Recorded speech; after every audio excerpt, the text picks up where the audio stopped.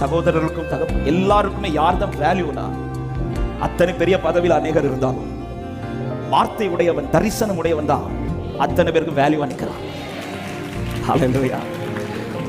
இந்த வேல்யூ அவன் மாறுறதுக்கு முன்பாக அவனுடைய ஆரம்பம் என்ன தெரியுமா? யாருக்கு முன்னாடி வேல்யூ இல்லாம இருப்பான்.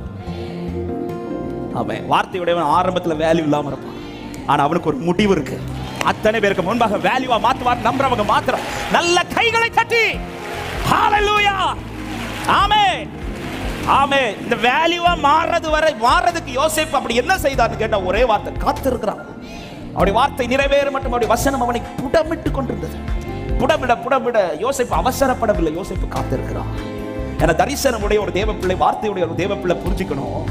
வார்த்தையை தந்தவர் தான் அதை நிறைவேற்றுவார். வார்த்தை நான் கேட்ட நேரத்தில் அவர் தந்ததல்ல, அவர் குறித்த நேரத்தில் எனக்கு தந்தார். அதே போல வார்த்தை நிறைவேற்றது நான் நினைக்கிற நேரத்தில் அல்ல, அவர் குறித்த நேரத்தில் தான்